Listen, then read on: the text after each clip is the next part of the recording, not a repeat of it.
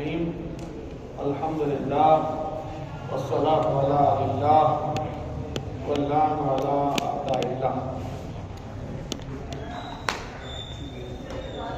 آج ہماری جو گفتگو ہے اور اس میں ہم ایک معاشرتی اصولوں میں سے ایک اصل کو بیان کریں گے،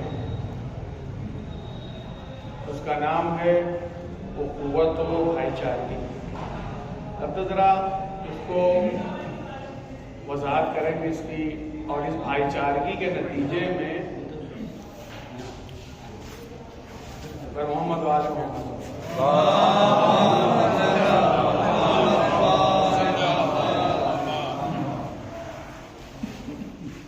بھائی چارگی کے نتیجے میں جو حقوق مومنین کے ایک دوسرے پر عائد ہوتے ہیں اس کی طرف اشارہ کیا جائے گا۔ اس سے پہلے دیکھنے کی کوشش یہ کی جا رہی ہے کہ ایک مسئلے کو بیان کیا جائے۔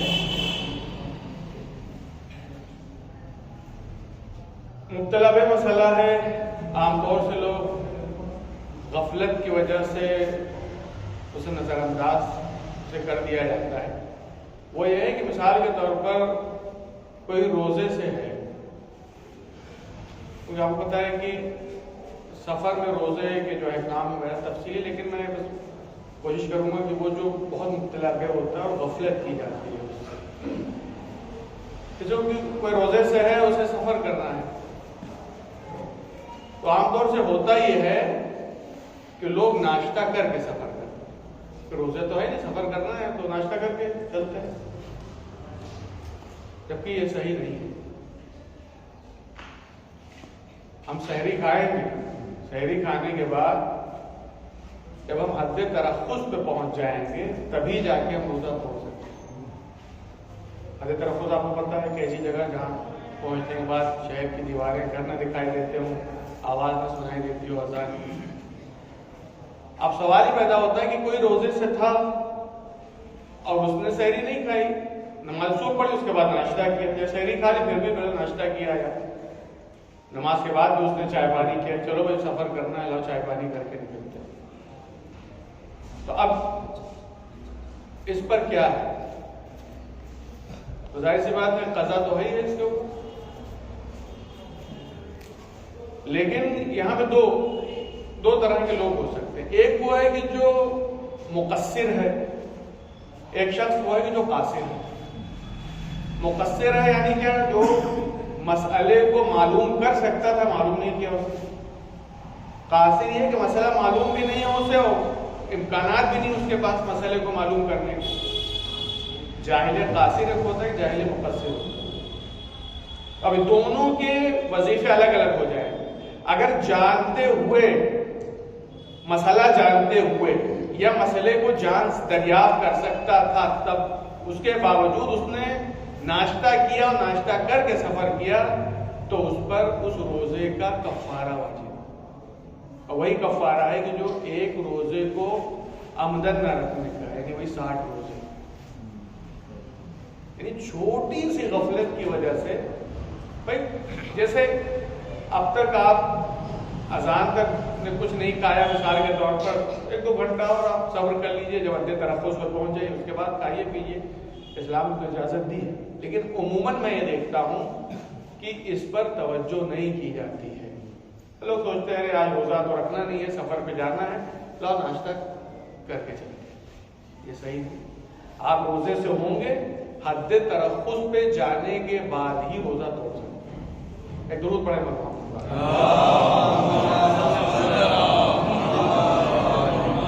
بہرحال اور اگر وضاحت چاہیے ہوگی کسی کو، ایک جوان کو، تو بعد میں مجھ سے پوچھ سکتا ہے اس مسئلے میں اور مزید میں اس کے وضاحت کر سکتا ہے۔ اب آتے ہیں ہم اپنے اصل گفتگو پہ۔ اعوذ باللہ من الشیطان الرجیم، بسم اللہ الرحمن الرحیم، الحمدللہ والصلاۃ علی اللہ۔ جیسا کہ میں نے عرض کیا، موضوع ہمارا اخوت و بھائی چارگی ہے۔ قال اللہ تبارک و تعالی انما المؤمنون اخوہ فاصلحوا ذات بینکم بین اخویکم واتقوا اللہ لعلکم ترحمون۔ یہ سورہ حجرات کی وہ جو ہے سورہ حجرات کی آیت نمبر 10 ہے، اور اس میں بھائی چارگی اپنانے کے لیے کہا گیا ہے۔ لیکن ایمان کا جو سب سے حسین اور خوبصورت جو عملی جلوہ ہے، ایمان کا جو سب سے حسین اور جمیل عملی جلوہ ہے، وہ روحوں کے ارتباط میں ہے، روحوں کے رابطے میں، کہ روحیں آپس میں ایک دوسرے سے مرتبط ہیں، اور بھائی چارگی اور اخوت کی بنیاد بھی ایمان کے اوپر ہے۔ اس لیے قرآن کہہ رہا ہے انما المؤمنون اخوہ، یہ مومنین، یہ مسلمان صرف بھائی ہیں، صرف بھائی۔ یعنی قرآن کیا کہنا چاہ رہا ہے؟ یعنی قرآن یہ کہنا چاہ رہا ہے کہ یہ ہو ہی نہیں سکتا کہ کہیں کے اوپر ایمان پایا جاتا ہو اور وہاں اخوت نہ پائی جاتی ہو۔ یہ ممکن ہی نہیں ہے قرآن کی نظر میں کہ کہیں پر ایمان کا دعویٰ کیا جائے اور وہاں اختلافات نظر آئے، وہاں لڑائی جھگڑے ہو۔ ایمان ہے تو اخوت ہوگی، ایمان ہے تو بھائی چارگی ہوگی۔ اس کے بعد کہتا ہے فَأَصْلِحُوا ذَاتَ بَيْنَ أَخَوَيْكُمْ، اپنے بھائیوں کے درمیان صلح قائم کریں، صلح قائم کریں۔ لیکن ہوتا کیا ہے معاشرے؟ ہوتا یہ ہے کہ صلح اور برادری اور بھائی چارگی قائم کرنے کے بجائے اختلاف، جھگڑا، لڑائی، اس کی کوشش کی جاتی ہے، جبکہ آپ اسلام کے نے جو اہمیت دی ہے اتحاد اور برادری اور بھائی چارگی کو، تو وہاں پہ آپ دیکھیں گے یہاں تک کہتا ہے کہ اور جگہوں میں جھوٹ بولنا تمہارے لیے جائز نہیں ہے، مگر ایسی جگہ پر جہاں دو مومن کے درمیان اتحاد ہو سکتا ہو تم جھوٹ پہ بول سکتے۔ ایسا کیوں؟ کیا یہاں پر جھوٹ اچھا ہو گیا اس لیے اسلام جھوٹ کی اجازت دے رہا ہے؟ تو جھوٹ تو بری چیز ہے، مذموم چیز ہے، ناپسند چیز ہے، تو اچھی کیسے ہو جائے گی؟ اور جگہوں پہ جھوٹ مذموم ہے لیکن یہاں پہ جھوٹ مذموم نہیں، کہا نہیں یہاں پر جو دو مومنوں کے درمیان جو اتحاد کی مصلحت ہے وہ جھوٹ بولنے کا جو گناہ ہے اس کی مصلحت سے کہیں زیادہ ہے۔ لہذا اسلام یہ کہتا ہے کہ یہاں پہ تم جھوٹ بھی بول سکتے ہو، لیکن ہوتا ہے کیا زمانے معاشرے میں لڑانے کے لیے تو جھوٹ بولا جاتا ہے، تو جو کر رہے ہیں مومنین کو لڑانے کے لیے تو جھوٹ بولا جاتا ہے مگر متحد کرنے کے لیے جھوٹ نہیں بولتے، ماں سچی بولے، برعکس ہو رہا ہے۔ اتنا اہم ہے بھائی چارگی کا مسئلہ آپس میں کہ کانا پوسی کرنا ایسے مذموم ہے کہ کوئی لوگ بیٹھے ہوئے کانا پوسی کرنے لگے انسان، لیکن جہاں پہ دو مومنوں کو ملانے کا مسئلہ ہے وہاں کانا پوسی بھی کی جا سکتی ہے۔ اتنا اہم مسئلہ ہے کہ اگر کسی نے قسم کھا لی ہے کہ میں دو لوگوں کے درمیان کبھی اتحاد نہیں ہونے دوں گا، تو قسم کو بھی توڑ سکتا ہے، وہاں کفارہ بھی نہیں ہے اس کے لیے۔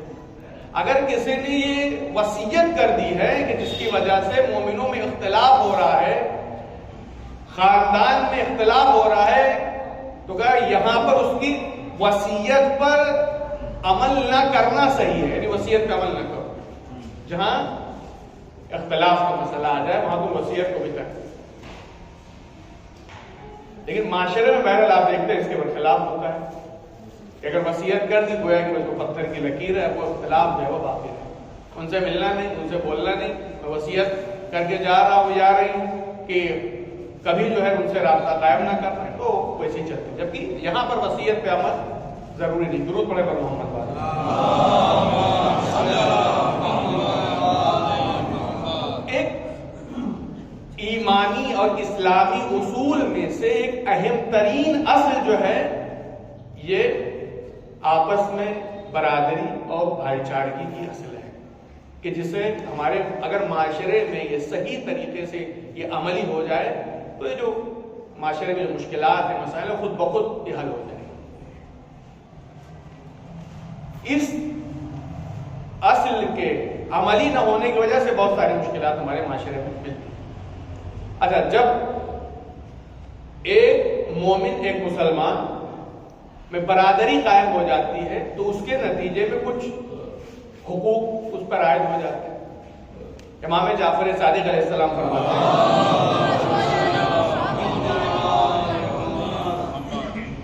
المسلم اخو المسلم، مسلمان مسلمان کا بھائی ہے. ہوا عینہ، بھائی نہیں ہے، وہ اس کی آنکھ ہے. وہ مرآتہ، وہ اس کا آئینہ ہے. وہ دلیلہ، وہ اس کی دلیل ہے، وہ اس کا رہنما ہے. دوسرے مقام پہ تشبیہ دیتے ہیں ایک مومن کو دوسرے مومن سے. فرماتے ہیں مومن دوسرے مومن کے لیے ایسے ہی ہے جیسے بدن کے اعضاء ایک دوسرے کے لیے ہوتے ہیں.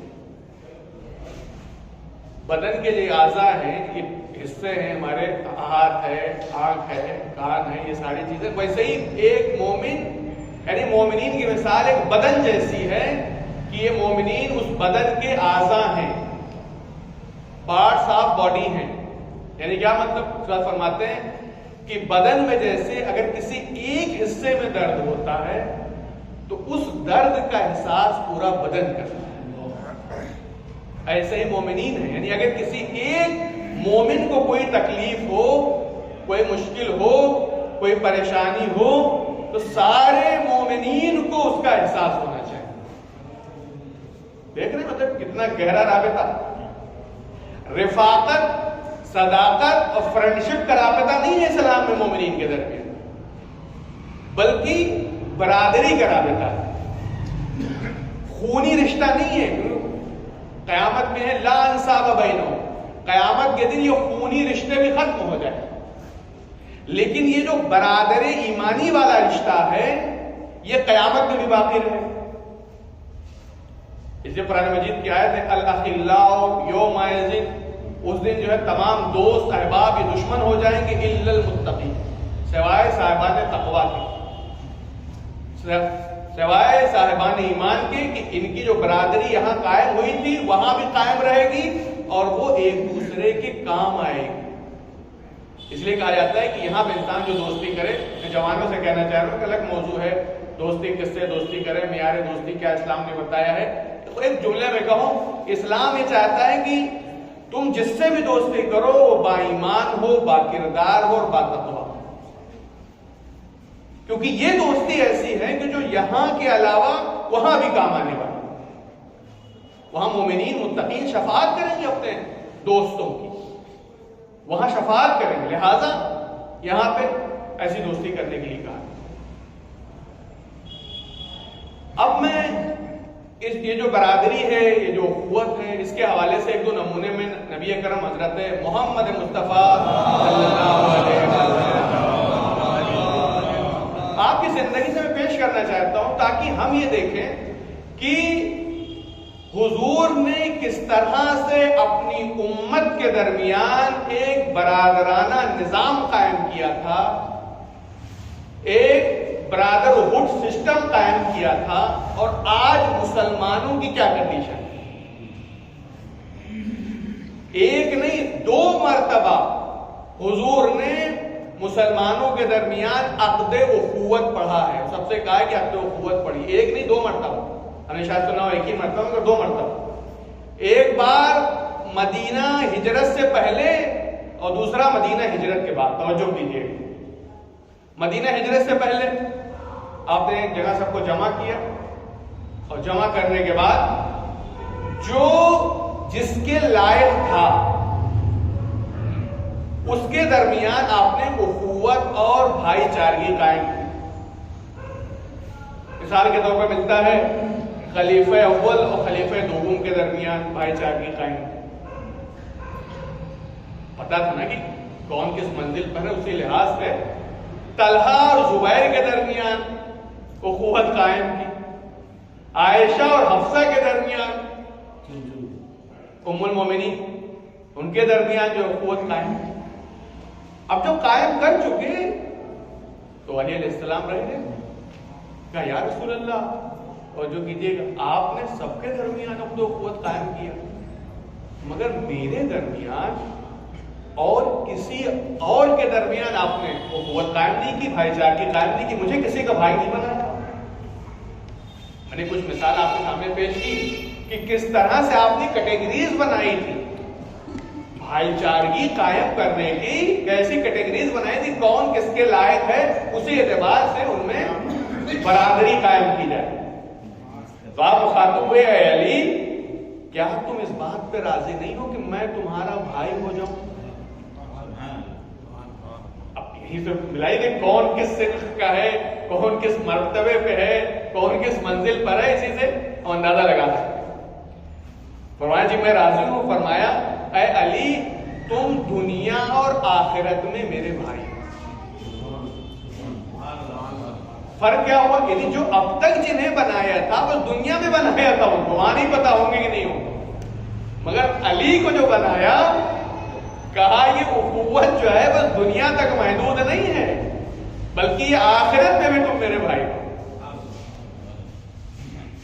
حوالہ الاستیاب جلد نمبر 3 صفحہ نمبر 35، یہ علماء اہل سنت کی کتاب ہے. دوسرا نمونہ میں حضور کی زندگی سے پیش کروں. میں یہ بتانا چاہتا ہوں کہ یہ برادرانہ سسٹم قائم کرنا، برادرانہ زندگی گزارنا اسلامی معاشرے میں، یہ اور بات ہے کہ آج کسی نہ کسی بہانے سے مسلمانوں کو دور کیا جا رہا ہے، اختلافات ڈالنے کی کوشش کی جا رہی ہے. اب وہ کہہ لیا جائے کہ دشمن اس کے پیچھے ہے، اس میں کسی کو شک نہیں ہے. یہ نادان دوست ایسا کر رہے ہیں یا دانا دشمن ایسا کر رہا ہے، دو حال سے خالی ہے. لیکن جبکہ اس بات کی ضرورت کو محسوس کرتے ہوئے کہ انٹرنیشنل لیول پر آج مسلمانوں کے درمیان برادری اور اتحاد کی اہم ترین ضرورت ہے. اپنے ملک کی بات تو چھوڑیے، آپ یہاں تو ہے ہی ہے انٹرنیشنل لیول پہ، مگر اس کے باوجود جو ہے ایسی باتیں کرنا، تو اس کا مطلب یہ ہے کہ یہ انسان یا بے خبر ہے یا مغرض ہے جو ایسا کام کرتا ہے. تو میں عرض کرنا چاہتا کتنا اہم ہے، جس کو بہرحال اتنی اہمیت نہیں دی جاتی ہمارے معاشرے میں.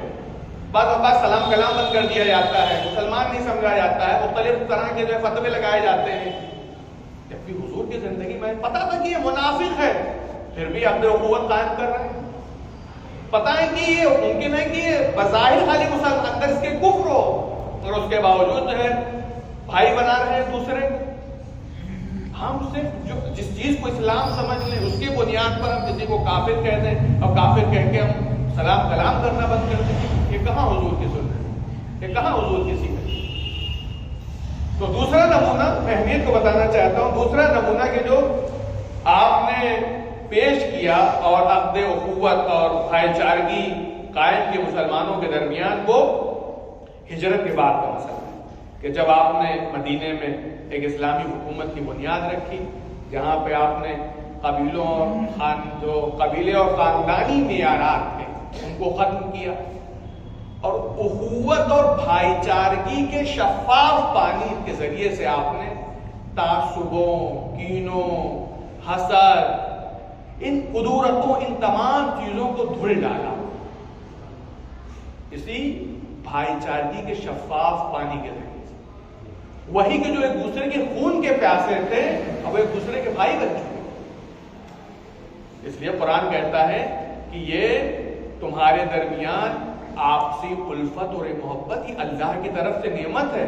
کنتم اعداء، تم سب کے سب دشمن تھے، فألف بین قلوبکم، یہ اللہ نے تمہارے اندر الفت پیدا کی. اس کا مطلب یہ ہے کہ اگر ہمارے درمیان عداوت ہے، کینہ ہے، حسد ہے، بغض ہے، تو یہ شیطان کی طرف سے، اور اگر کہیں انسیت ہے، محبت ہے، ہمدردی ہے، بھائی چارگی ہے، یہ خدا کی طرف سے. یہ متوجہ ہوں ہم یا متوجہ نہ ہوں. اہم ترین مسئلہ حضور نے کیا کیا؟ سب کو بلایا، بلانے کے بعد ان کے درمیان آپ نے کہا تعافوا فی اللہ اخوان، دو دو کر کے اللہ کے لیے تم ایک دوسرے کے بھائی بنے. اور وہ ایک دوسرے کے بھائی بنے. اس کے بعد مولا علی کی طرف اشارہ کر کے کہا ھذا اخی، یہ میرا بھائی. تم ہو آپس میں ایک دوسرے کے بھائی، مگر علی جو ہے میرا بھائی۔ ایک روایت میں ہے کہ جب سب کے درمیان آپ نے اپنے اخوت قائم کر دیا تو حضرت علی علیہ السلام نے فرمایا آپ نے اپنے اصحاب کے درمیان تو بھائی چارگی قائم کر دی، مگر میرے لیے آپ نے ایسا کچھ نہیں کیا۔ تو حضور کا جو جملہ بڑا عجیب ہے، والذی بعثنی نبیا بالحق، اس ذات کی قسم کی جس نے مجھے حق کے ساتھ نبی بنایا، انت یا علی انت منی بمنزلت ہارون من موسیٰ الا انہ لا نبی بعدی وانت اخی ووارث۔ اے علی تم میرے لیے ویسے ہی ہو جیسے ہارون موسیٰ کے لیے تھے، فرق یہ ہے کہ میرے بعد کوئی نبی آنے والا نہیں ہے، میں آخری نبی ہوں، اور تم میرے بھائی ہو اور وارث ہو۔ یعنی کس طرح کے مسئلے سے حضور یعنی صرف بھائی چارگی کا اعلان نہیں کر رہے ہیں علی، بلکہ اپنے بعد کی جانشینی کا بھی اعلان کر رہے ہیں، توجہ کر رہے ہیں۔ وقت یعنی ساری حضور کی حدیثوں پہ اگر کوئی غور کر لے تو آپ دیکھیں گے کہ یہ بہت سارے جو مسائل ہیں، پہلا کون ہے، چوتھا کون ہے، اس طرح کے جو مشکلات خود بخود حل ہو جائیں۔ اگر مجھے آپ اجازت دیں تو کہ بہرحال مولائی مجمع ہے، اگر میں مجلس پڑھنے کو اس میں نہیں ہوں، میں ایک حدیث آپ کے سامنے پیش کروں کہ جو نبی اکرم حضرت محمد مصطفیٰ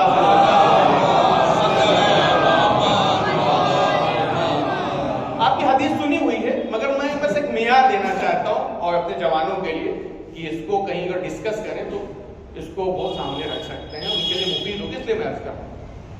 حضور نے فرمایا تھا اہل سنت کی کتابوں میں بھی کہ علی مع الحق والحق معه، علی حق کے ساتھ ہے اور حق علی کے ساتھ۔ اس کے بعد اللہم ادر الحق حیث مدا، اے اللہ حق کو ادھر موڑ دے جدھر علی مڑ جائے۔ بارہا آپ نے حدیث سنی ہوگی، لیکن ممکن ہے اس زاویے سے آپ نے نہ سوچا، ممکن ہے بعض نے سوچا بھی ہو، دعویٰ نہیں کر سکتا۔ یہاں یہ دعا نہیں ہے کہ اے اللہ علی کو ادھر موڑ دے جدھر حق مڑ جائے، توجہ کیجیے، علی کو ادھر موڑ دے جدھر حق مڑ جائے، بلکہ کیا کہہ رہے ہیں، اے اللہ حق کو ادھر موڑ دے جدھر علی مڑ جائے۔ اچھا اگر یہ کہا ہوتا کہ حق علی کو ادھر موڑ دے جدھر حق مڑ جائے تو لوگ یہ کہتے ارے بھائی اتنے سارے صحابہ کرام ایک طرف تھے تو حق ادھر تھا، علی کو ادھر چلا جانا چاہیے تھا، فلاں جنگ میں ازواج رسول ایک طرف تھی، حق ادھر تھا، علی کو ادھر چلا جانا چاہیے تھا، فلاں مقام پر سقیفہ میں اتنی کثرت تھی، حق وہاں پر تھا، علی کو وہاں ملنا چاہیے تھا۔ توجہ کر رہے ہیں آپ؟ یعنی حضور نے قیامت تک کے لیے ایک معیار دیا تمام مسلمانوں کو۔ معیار کیا دیا کہ دیکھو یہ حدیث یہ بتا رہی ہے کہ تمہیں اگر حق کو ڈھونڈنا ہوگا تو یہ دیکھنا کہ علی کہاں پر ہے۔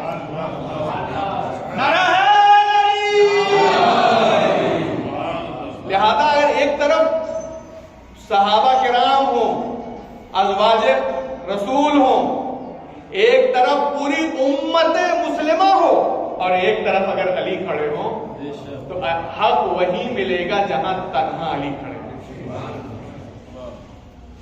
معیار دینا چاہ رہا تھا، یہ دیکھیں آپ کی حدیث ہے۔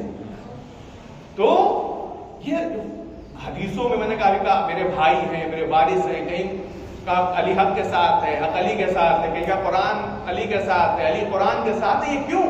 تاکہ اس فضائل کے اگر تھوڑا سا شعور ہو کسی مسلمان کے اندر پایا جاتا ہو تو ان حدیثوں کے ذریعے وہ حق تک پہنچ سکتا ہے۔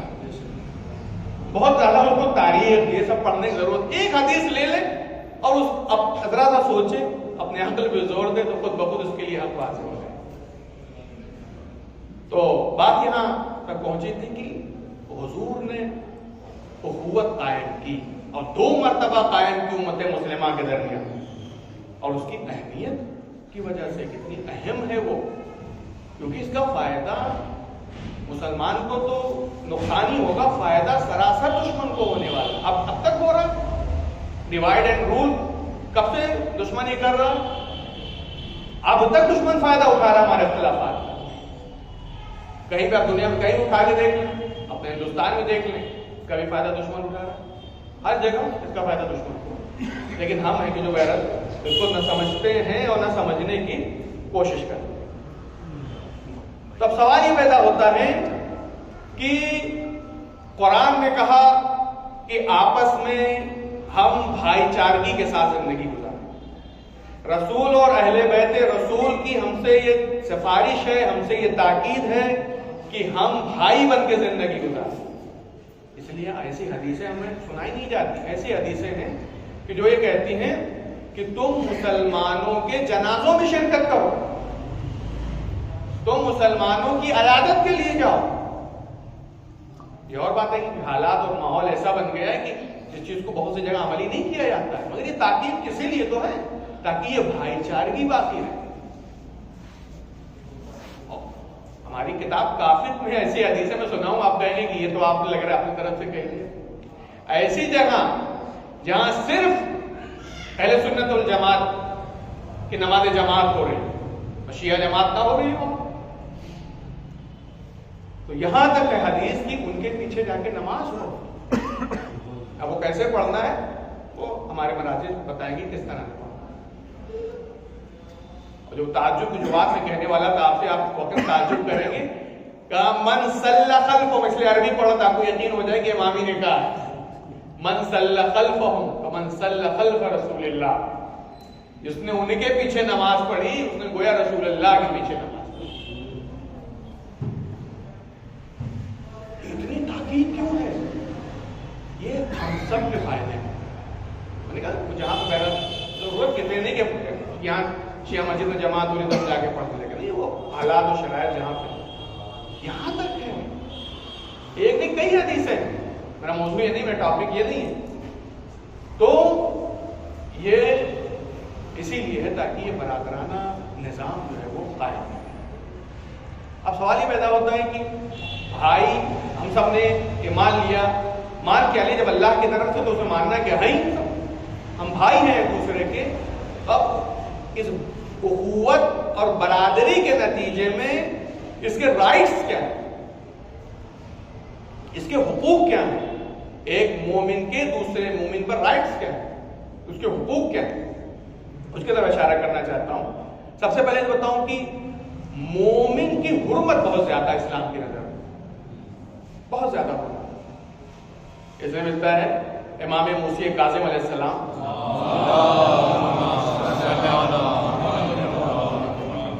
خانہ کعبہ کو مخاطب کر کے کہتے ہیں وما اعظم حقک یا کعبہ, اے کعبہ تو کتنا عظیم ہے. اس کے بعد فرماتے ہیں واللہ ان حق المومن لأعظم من حقک. اس کے بعد فرماتے ہیں اللہ کی قسم مومن کا حق تیرے حق سے زیادہ ہے, خانہ کعبہ کے حق سے زیادہ ہے. نبی اکرم حضرت محمد مصطفیٰ صلی اللہ علیہ وسلم, اس حدیث کو اس لیے پڑھ رہا ہوں کہ ہمارے معاشرے میں بہت جلدی مومن کی توہین کر دی جاتی ہے, بہت جلدی اہانت کر دی جاتی ہے. یہ اور بات ہے کہ جو انسان کے اندر ہوتا ہے اسی چیز کا اظہار کرتا ہے. اگر حقارت ہے تو دوسروں کو ذلیل کرنا چاہے, اگر اندر سے عزیز ہے تو دوسروں کو عزت دینا چاہے. جو اندر ہوتا ہے وہی باہر نکلتا ہے.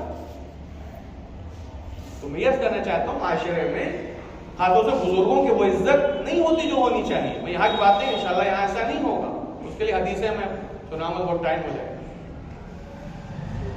دیکھیں ایک بار ہے مذاق کرنا, ایک ہے مذاق اڑانا. اسلام میں مذاق کرنا ہے مومن کو خوش کرنا, مذاق کرنا وہ بھی جائز مذاق کرنا, مذاق اڑانا نہیں ہے اسلام. مذاق اڑانے سے توہین ہوتی ہے مومن.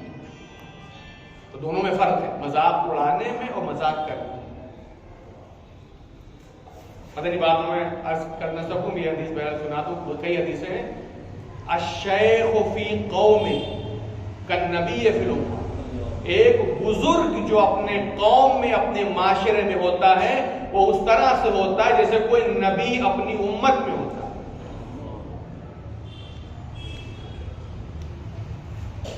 کہا اپنے بزرگوں کا احترام اس لیے کرو چونکہ ان کی نیکیاں زیادہ ہیں, اور اپنے چھوٹوں کا احترام اس لیے کرو کہ ان کے گناہ کم ہیں. سب کا احترام، خاص طور بزرگوں میں نے اب نبی کی حد تک پہنچا دیا، اب اور کیا چاہیے. تو لہٰذا بزرگوں کے سلسلے میں بہرحال ہمیں اس کی طرف متوجہ ہونا چاہیے کہ ہم کس سے بات کر رہے ہیں، اس کی کیا عظمت ہے اسلام میں، کیا مرتبہ ہے اسلام میں اس کا. درود پڑھیں بھگوان.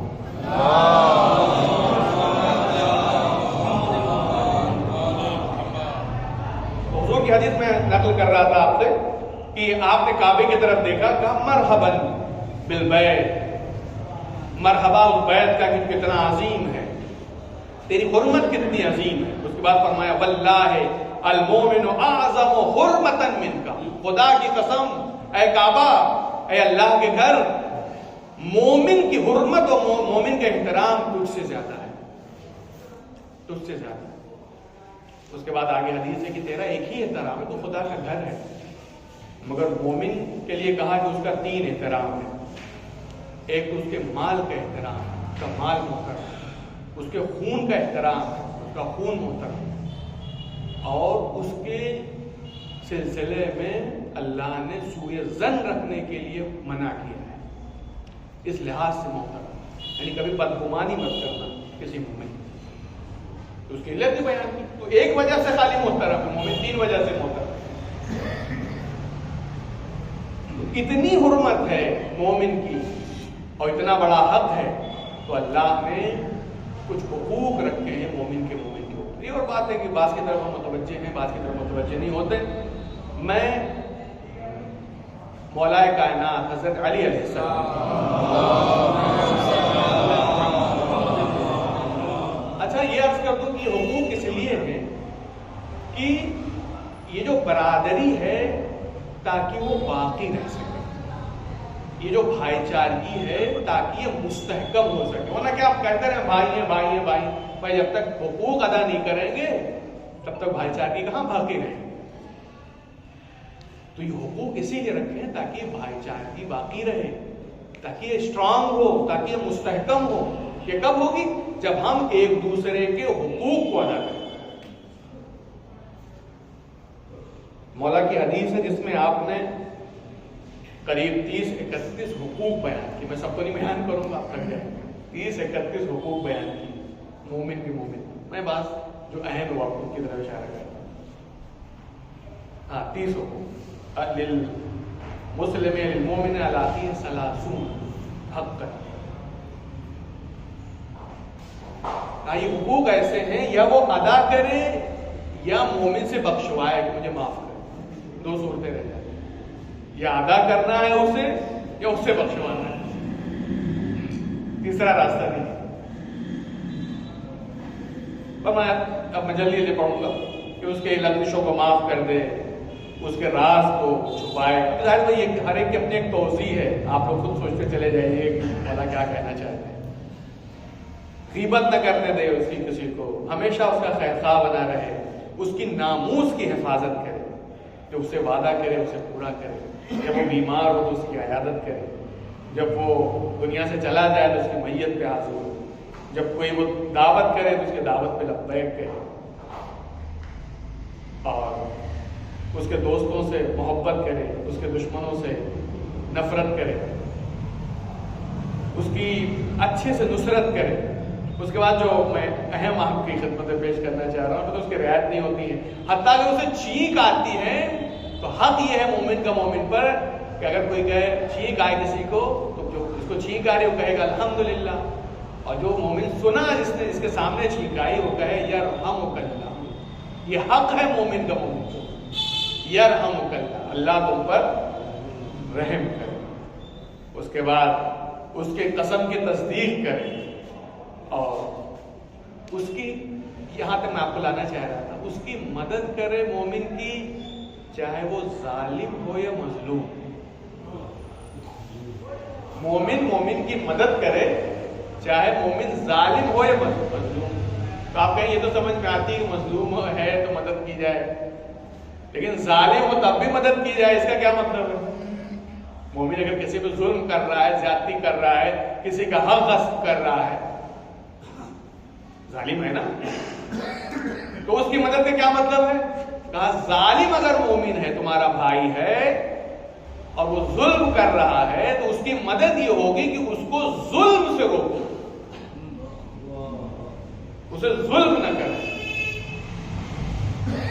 اس طرح سے اس کی مدد ہو۔ اور مظلوم اگر مومن ہے اس کی مدد کیسے کرنا ہے؟ اب اس کا حق دلاؤ۔ اب ظاہر سی بات ہے کچھ قانونی مسائل ہیں کہ جہاں انسان کی قدرت، پاور، سوچ، باقی جس طرح سے بھی ہو سکتا ہے اس کو حق دلا سکتا ہے۔ ہمیں پتہ ہے نہ جانے کتنے لوگ ہیں کہ جو زمین جائیداد اور کیا کیا ہڑپ کے بیٹھ گئے، اور ہمیں پتہ ہے کہ اس کا نہیں ہے فلاں، اگر کر سکتے ہیں اس کے لیے اس کا حق دلا سکتے ہیں تو آگے بڑھیں، نہیں بڑھیں گے تو قیامت میں مومن ہمارے گریبان پکڑے گا، آخر میں آئے گی۔ اگر حق نہیں ادا کیا تو وہاں یہی مومن ہمارا گریبان پکڑے گا، دنیا میں تم نے میرا حق ادا نہیں کیا۔ ایک درود پڑھے گا محمد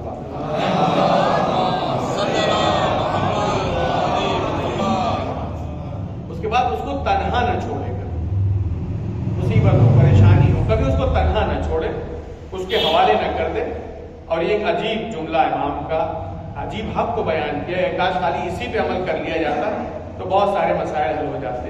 وَيُحِبُّ لَهُ مِنَ الْخَيْرِ مَا يُحِبُّ لِنَفْسِهِ، اس کے لیے وہی چیز، وہی نیکی پسند کرے جو اپنے لیے پسند کرے۔ جس خیر کو اپنے لیے پسند کرتا ہے وہی اپنے مومن بھائی کے لیے بھی پسند کرے۔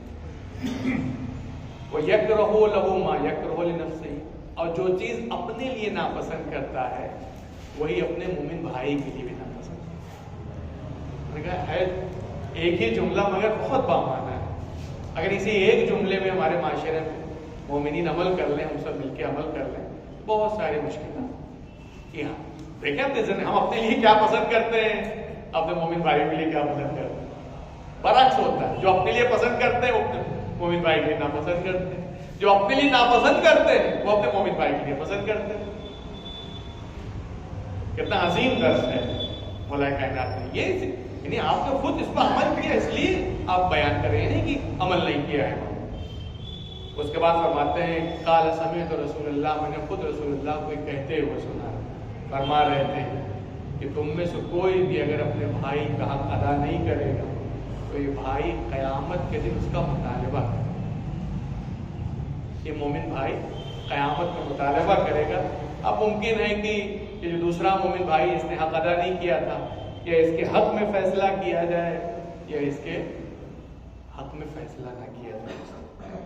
تو ان روایتوں سے پتہ چلتا ہے کہ کتنے حقوق ہیں مومن کے گردن کے۔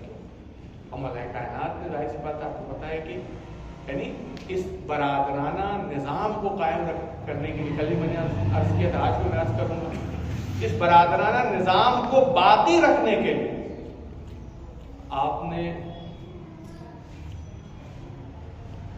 حضور کی وفات کے بعد کی امت میں شگاف نہ پڑتا ہے۔ جو حضور نظام بنا کے گئے ہیں اس میں کہیں سے خلل نہ ہونے پائے۔ اپنے حق سے بھی آپ نے صرف نظر کر دی۔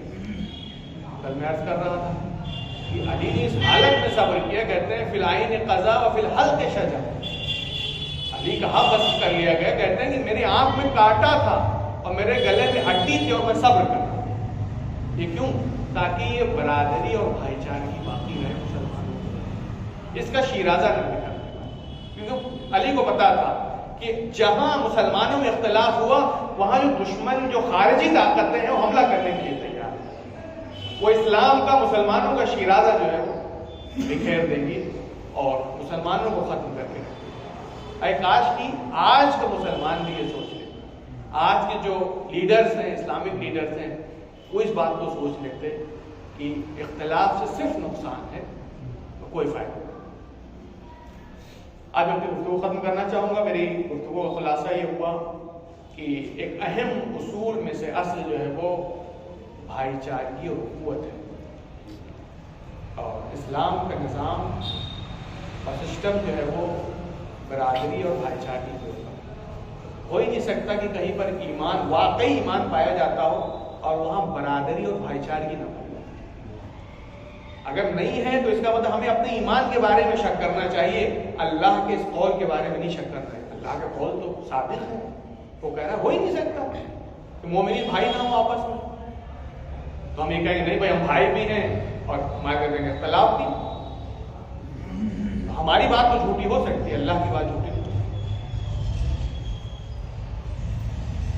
اس کے بعد میں نے اس کی اہمیت بیان کی کہ آپس میں بھائی چارگی اور پیار محبت کی اہمیت کتنی ہے کہ حضور نے ایک نہیں 2 مرتبہ مسلمانوں کے درمیان ایک کو دوسرے کا بھائی بنایا اور علی کو اپنا بھائی، علی کو اپنا، یعنی علی کو اپنے برابر سمجھا تبھی تو، اپنے ہم سب سمجھا تبھی تو.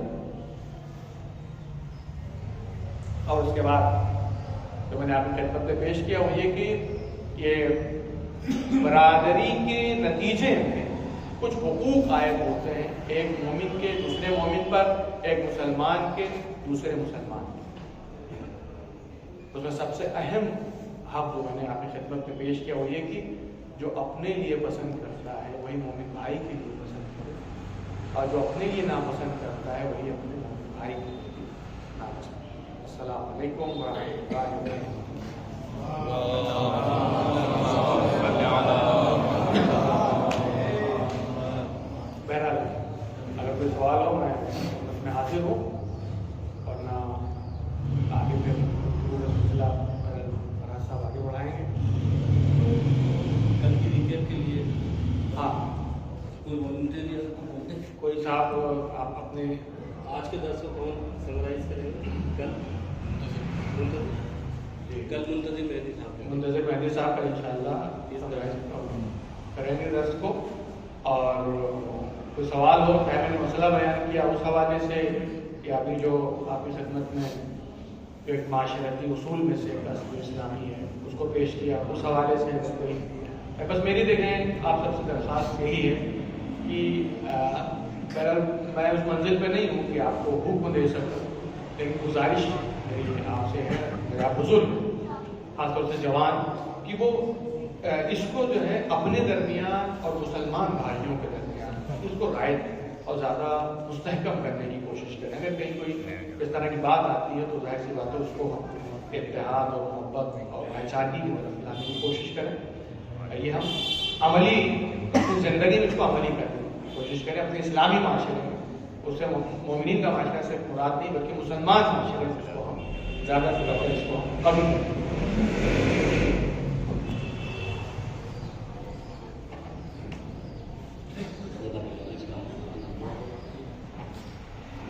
یہ گزارش موقع پہ یہ کرنا چاہوں گا، جیسے عام طور سے جو علماء کرام تشریف لاتے ہیں وہ اپنی مجلس کے بعد، اپنے واعظ کے بعد یا درس کے بعد یہ ضرور کہتے ہیں کہ اگر کوئی آپ کے درمیان کوئی سوال ہو اس گفتگو کا کے دوران کا تو آپ ضرور پوچھیں.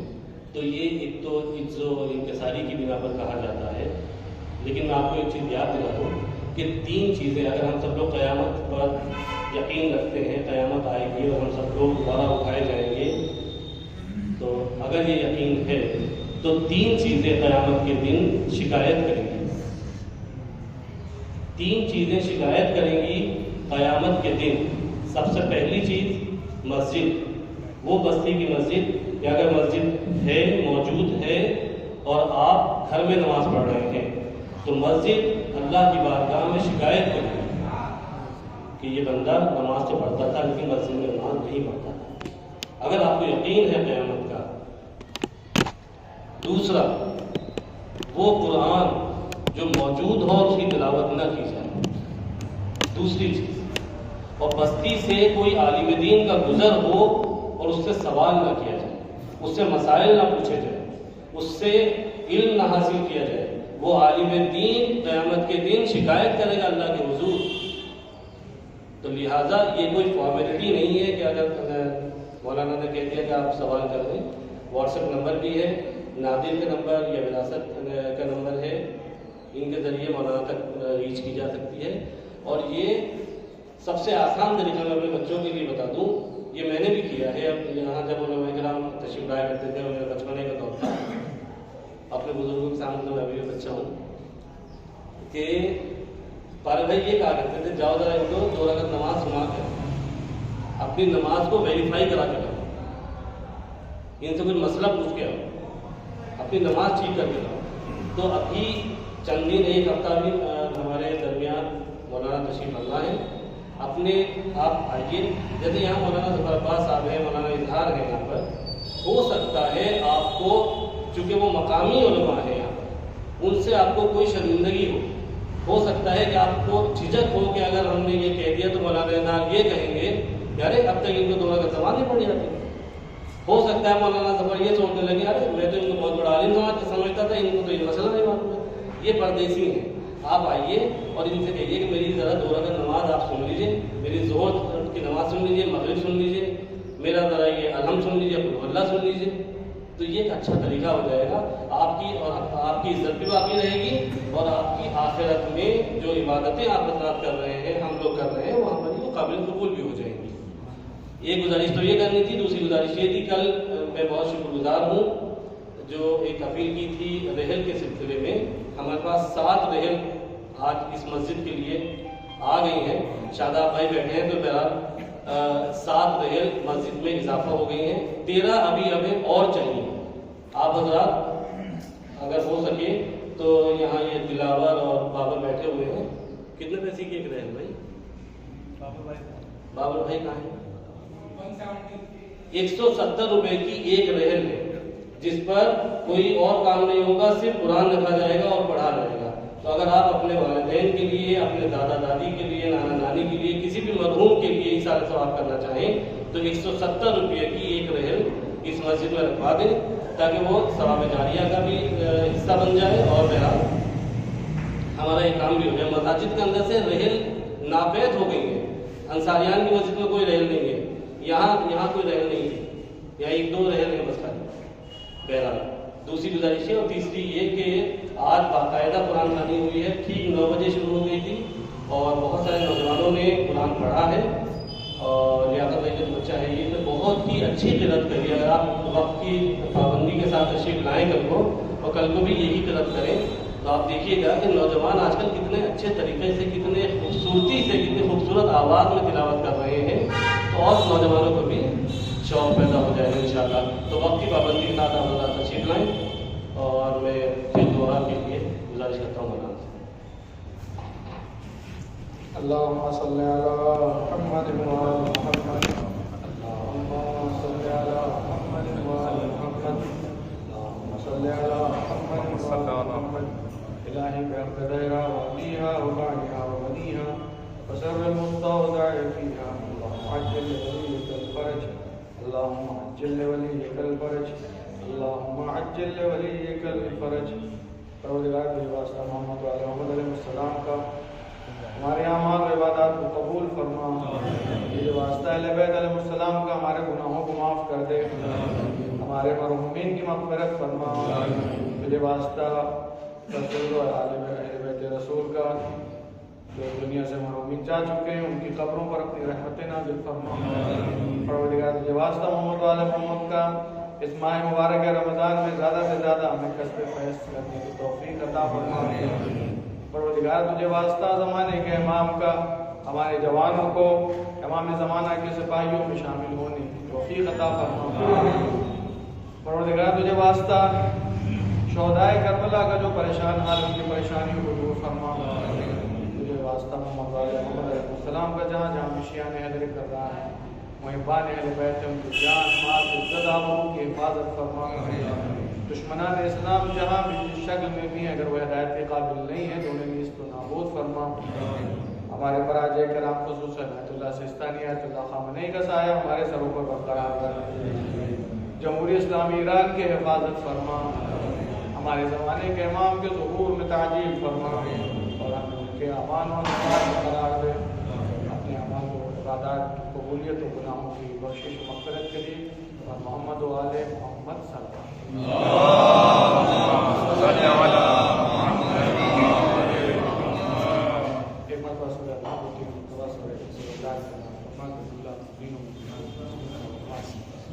خاص طور سے لوگ جو گزشتہ ماہ رمضان میں حاضر تھے, پروگراموں میں شریک ہو رہے تھے, ہمارے علماء, شہداء, مدافعین حرم, سب کے